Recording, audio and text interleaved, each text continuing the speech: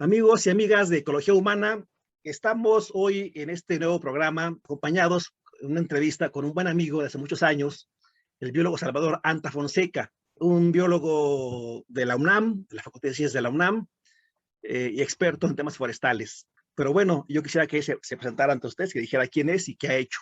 ¿Qué tal, Amado? Es un gusto compartir este espacio contigo y como bien lo dices, pues nos tocó compartir momentos en la Facultad de Ciencias. Yo estudié ahí y después de la carrera, pues me he dedicado a trabajar temas rurales, temas forestales, pero también de biodiversidad. Pues fundamentalmente he trabajado en la montaña de Guerrero. Ahí tuve mis primeras experiencias con el equipo de Julia Carabias, pero también en la Sierra Norte de Puebla con Miguel Ángel Martínez Alfaro, en un proyecto donde trabajábamos temas tanto de biología como de antropología. Posteriormente me incorporo al PAIR, un programa que tuvo coordinado por Julia Carabias, Enrique Provencio y Carlos Toledo, y yo coordiné en la región de La Chinantla, en Oaxaca. Posteriormente me invitan a la delegación de Semarnat y luego Semarnat en Oaxaca. Estuve del 95 al 2002 y pues después salgo y me incorporo al Consejo Civil Mexicano para la Silvicultura Sostenible. Yo ya era socio desde sus orígenes, me reincorporo y desde ahí he asesorado a varias comunidades forestales, sobre todo de Oaxaca, pero también en otras regiones.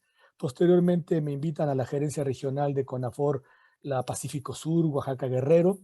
Después me invitan a la gerencia de silvicultura comunitaria cuando estuvo el doctor Torres Rojo y Sergio Graf en la CONAFOR. Terminando ese periodo, me invitan al Corredor Biológico Mesoamericano. Fui el director del Corredor Biológico. Trabajo por mi cuenta, asesoro comunidades, hago consultorías y sigo trabajando los temas que he trabajado toda la vida, Amado. Excelente, muy bien. Pues como verán, amigos y amigas de Ecología Humana, tenemos hoy, nos acompaña un experto con años de experiencia en el tema forestal y trabajando directamente en comunidades forestales y comunidades que están haciendo la labor cotidiana de la producción forestal. Quisiera comenzar con preguntándote, Salvador, ¿cómo está actualmente en México la situación forestal? Bien, la situación forestal, hablando en políticas forestales y hablando del sector forestal, pues me parece que estamos viviendo un momento difícil como el resto del sector ambiental. Es decir, tenemos instituciones que se han ido creando como la Comisión Nacional Forestal que se constituyó en el 2000 y pues llegó a tener momentos importantes en cuanto a presupuesto, no siempre bien gastados los recursos, por cierto, pero hubo un momento muy importante en donde se le dio un fuerte impulso y realce a la silvicultura comunitaria en el país. Entonces, creo que fue el mejor momento entre el 2010 y el 2012, cuando entra el doctor Torres Rojo, Sergio Graf y yo, un equipo muy importante. Y después de eso, de cuando hay un cambio de administración, el sector ambiental comienza a tener disminución en el presupuesto, se olvida el tema de la silvicultura comunitaria, hay gastos también excesivos, no necesariamente importantes para el sector, y en los últimos años el sector sigue debilitado. Entonces, estamos ante un sector forestal debilitado, con una institución que afortunadamente se mantiene, pero con pocos recursos, con poco personal, y con los recursos que tienen en esta administración, con el ingeniero Castaños, intentaron hacer un uso eficiente de los recursos con los que contaban. Desafortunadamente el ingeniero Castaños sale, ahora entra Luis Meneses, una gente que tiene importante experiencia con las organizaciones rurales en general, y bueno, pues tenemos la expectativa de que el sector por lo menos se mantenga y ojalá tenga mayores recursos. Eso es a nivel federal, pero a nivel estatal tenemos gobiernos estatales que en general han sido omisos o han tenido poca intervención de sus recursos forestales. Hay excepciones, el caso de Jalisco ahora, donde está Sergio Graf como secretario de Medio Ambiente, es una excepción, y ha habido momentos importantes en Chiapas, en la península de Yucatán, de repente en Durango, pero han habido vaivenes, a veces está muy fortalecido, a veces no. Y las comunidades forestales, afortunadamente, desde que se rompió las concesiones forestales que obligaban a las comunidades y ejidos a venderles o a que su territorio fuera ocupado por empresas privadas y paraestatales, que fue hace más o menos por allá de los 80s. A partir de ese entonces, las comunidades forestales han ido avanzando, se han ido apropiando del manejo forestal, recibiendo apoyos, utilizando sus propios recursos y digamos que se mantienen en un escenario económico difícil y complicado ahora por el COVID, pero también por la apertura del mercado donde está entrando madera de diferentes países, Chile, Brasil, Estados Unidos, que tienen menores costos de producción, que vienen de grandes empresas y la producción forestal en México está basado básicamente en comunidades y ejidos, pero digamos que dispersa y pulverizada. Entonces viven en una situación de competencia difícil, pero por lo pronto se mantienen, llamado. Muy bien. Bueno, yo supongo que con toda seguridad esta reducción de presupuesto en el sector forestal ha repercutido seguramente en una disminución en la producción forestal en general, y aparte también, por cierto, también en la comunitaria. ¿Es así? Mira, son varios factores los que explican a veces el comportamiento de la producción forestal. En la administración pasada creció, sobre todo porque se promovieron procesos de aprovechamiento intensivo.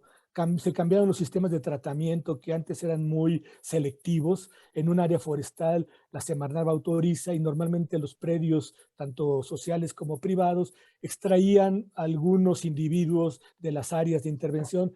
En la administración pasada se promovieron sistemas intensivos donde se impulsó mayor extracción de volumen con la intención de promover que en esos lugares donde se extrajera el volumen se establecieran bosques más coetáneos, le llaman los sistemas forestales, es decir, que estuvieran casi todos en la misma edad para ser más productivos. Y eso logró, a pesar de la disminución del presupuesto, Amado, incrementó porque desde la administración que se tuvo en Semarnat, la producción forestal había bajado desde el 2000 hasta el 2000 más o menos 14, y desde el 14 a la fecha, tal vez antes, desde 2012 hasta la fecha, la producción subió, pero mucho por los sistemas de tratamiento que cambiaron. Entonces hubo más madera, pero no necesariamente hubo más ingresos.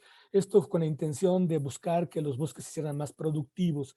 Entonces, lo que ha sucedido es que pues hay menos recursos para las comunidades que se dedican al manejo forestal, pero algo que me parece importante, Amado, es que hay muchas comunidades que tienen bosques, que tienen superficies forestales y que no han tenido la posibilidad de aprovecharlos de manera sostenible. Es ahí donde me parece que las políticas públicas deben intervenir. Estamos hablando de que tenemos cerca de 15,000 ejidos con 200 hectáreas de bosques o más y solamente se ha logrado atender aproximadamente a unas 3,500 comunidades y ejidos, es decir, hacen falta atender por lo pronto y al menos alrededor de unas 10,000 ejidos y comunidades más. Entonces necesitamos ir cubriendo la mayor parte de la superficie, porque lo que se ha comprobado es que cuando las comunidades manejan sus bosques, tienen menos problemas de incendios, plagas y deforestación.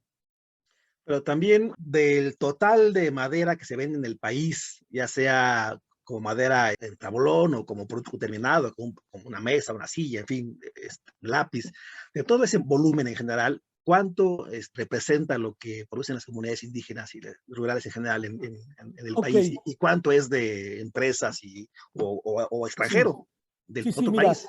el volumen que se produce en México, el 80% proviene de comunidades y ejidos. Entonces, solamente el 20-25 viene de predios privados, que son pequeños predios privados, tampoco son muy grandes. Y se estima que el volumen de la madera que se consume en el país, que viene de la producción nacional, representa el 30%. El 70% viene de madera importada. Y por otro lado, pues también se conoce y se sabe que hay un mercado ilegal que representa más o menos, al menos la producción nacional, es decir, lo que se produce autorizado, hay un equivalente que viene de madera ilegal que debe andar por ahí de los 7 millones de metros cúbicos al año.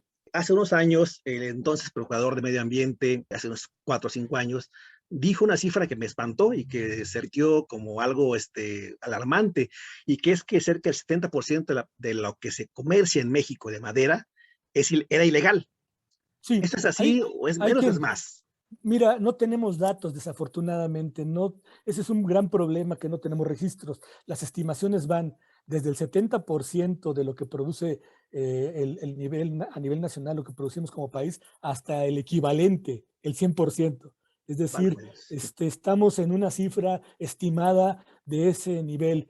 Y bueno, el problema es que se tiene que buscar quiénes son los principales consumidores de esa madera ilegal. Desafortunadamente, muchas veces las instituciones que buscan procuración ambiental se van hacia los productores, pero lo que hay que ver es quiénes son estos consumidores que están principalmente, se conocen las regiones, se conocen los sitios, pero no se ha intervenido ni se ha actuado para pues generar un correctivo que además esta madera ilegal, Amado, pues perjudica notablemente a los que sí hacen el trabajo legal. Es a una ejido, una Claro, comunidad, le claro. cuesta mucho tener una autorización, recursos, tiempo, etcétera. Y bueno, desafortunadamente tenemos este problema que no lo tenemos claro todavía porque no tenemos información y datos fidedignos. Pero además vemos normalmente que la gente, que a lo mejor desconoce el tema, postea fotos de un camión con madera Sí, y de inmediato asumen que es ilegal y que es algo, algo que hay que reprobar y que hay que perseguirlos porque son haciendo un delito, ¿no? Y sí. seguramente lo que va ahí circulando es madera legal o probablemente sea legal. ¿Cuánto de eso que circula en el país es legal y cuánto no? ¿Qué falta para que la gente también entienda que se puede producir de manera legal la madera? Sí, necesitamos difundir mucho los que estamos trabajando en el sector forestal, que la gente conozca, como sucede en los países nórdicos, Finlandia, Noruega, Suecia, que su economía se basó en la actividad forestal y después pues prácticamente diversificaron su producción en producción de celulares, pesca, industria, etcétera.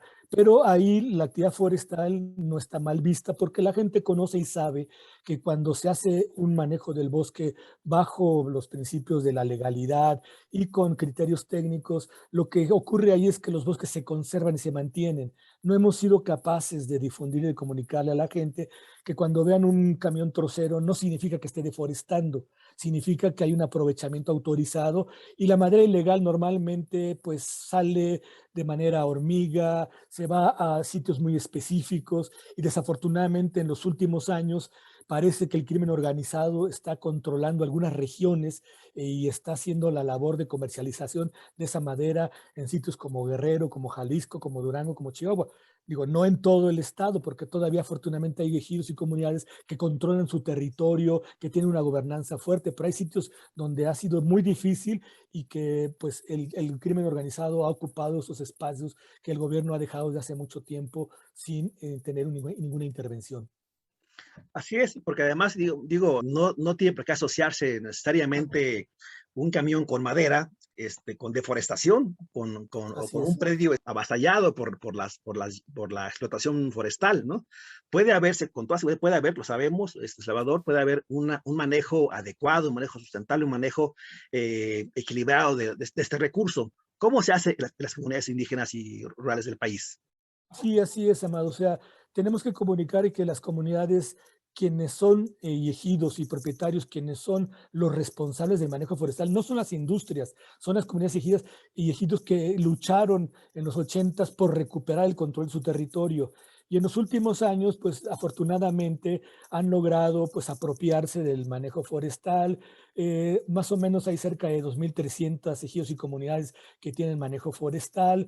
Una parte muy importante, cerca de 1,5 millones, están certificados, es decir, se han sometido a procesos de certificación por terceros, en algunos casos con certificación internacional del FCC, del Forest Stewardship Council, que mide criterios de sostenibilidad ambiental, de beneficios sociales y económicos, de respeto de la legalidad, respeto a las comunidades indígenas. Y entonces tenemos afortunadamente, aunque todavía no lo suficiente, pues cerca como de 2,5 millones de bosques certificados, donde la mayor parte son comunidades y ejidos. Y déjame decirte también, Amado, que me parece que México es el país con más comunidades y ejidos certificados por el FCC en el mundo. La certificación FCC básicamente ha recaído en industrias, en gobiernos, en propiedades, grandes propiedades forestales en países como Europa, Estados Unidos, Canadá, Brasil, etcétera. Pero comunidades forestales, México es el país que tiene pues el mayor número de experiencias, donde además los recursos que se aprovechan, Amado, se distribuyen en general de manera equitativa para obras de beneficio social, para reinversión en el bosque, para protección de la biodiversidad. Me parece que en México tenemos uno de los casos de los manejos responsables más importantes. Como siempre, hay excepciones, pero son pocos los casos en donde eso no sucede. En general, las comunidades y ejidos han demostrado que son los mejores guardianes de los bosques y selvas de este país, y lo que necesitamos es ampliar ese modelo que ha demostrado en 30 años que sí es posible sin necesidad del tutelaje del Estado mexicano y mucho menos de depender de la iniciativa privada. Sí, claro, porque además la difusión y la comunicación para la gente, necesitamos también que las propias comunidades y ejidos conozcan este sistema de producción. Es decir, muchos se han ido acercando muy poco a poco a este sistema de producción más sustentable. Como decías, hace falta más de 10,000 Ejidos y comunidades comunidades. para que se puedan acercar a este sistema de producción. ¿Qué tan difícil es convencer a las comunidades para que lo hagan, Salvador? Ahora, igual, déjame decirte que no necesariamente tiene que haber producción forestal maderable, también puede haber producción forestal no maderable. Por ejemplo, en Quintana Roo, en Campeche, hay cerca de 1 millón de hectáreas que se aprovechan el chicle natural, en donde existe una red de cooperativas, el Consorcio Ciclero, y que tiene una marca propia de chicle que se vende en Europa, en los países árabes, en Japón. Entonces, no necesariamente tiene que haber extracción de madera. Hay muchos productos no maderables, la candelilla en Coahuila, en Nuevo León, por ejemplo, La resina. la resina de pino en todos los bosques templados del país, las palmas, en fin, hay una importante cantidad de recursos forestales no maderables que no hemos atendido como instituciones ni como gobiernos, pero también hay otras actividades como el ecoturismo, el turismo de naturaleza. Hay ejidos y comunidades ejemplares donde gracias al turismo de naturaleza sus áreas forestales se mantienen y se conservan. Ahí está el ejido El Jorullo en Jalisco, cerca de Puerto Vallarta, que tiene un excelente modelo de turismo de naturaleza administrado por los ejidatarios. Y hay una red muy importante últimamente de ejidos y comunidades. Entonces, no necesariamente tiene que haber producción forestal, lo que tiene que haber es manejo forestal. También se pueden tener bosques para conservación bajo esquemas voluntarios, como pueden ser áreas comunitarias para conservación, áreas destinadas voluntarias a la conservación, unidades de manejo de vida silvestre para el aprovechamiento de especies de fauna y de flora. Es decir, tenemos una batería muy importante en el país que no hemos sido lo suficientemente capaces de llevarle a las ejidos y comunidades para que se puedan promover, porque además no se necesita estar continuamente cercano a estas y comunidades. Cuando las comunidades y ejidos logran, digamos que iniciar e impulsar este tipo de actividades, poco a poco se puede ir disminuyendo los aportes institucionales y se pueden buscar otro tipo de financiamientos como los de crédito, otro tipo de alianzas. Entonces, esta parte me parece, Amado, que no hemos logrado tratar de impulsar, y deberíamos de fijarnos una meta de que a determinado número de años logremos llegar a esos 14,000 o 15,000 ejidos que hoy están en el país y que todavía tienen bosques y selvas en el territorio nacional. Y bueno, amigos y amigas de Ecología Humana, hasta aquí el video de hoy. Muchas gracias.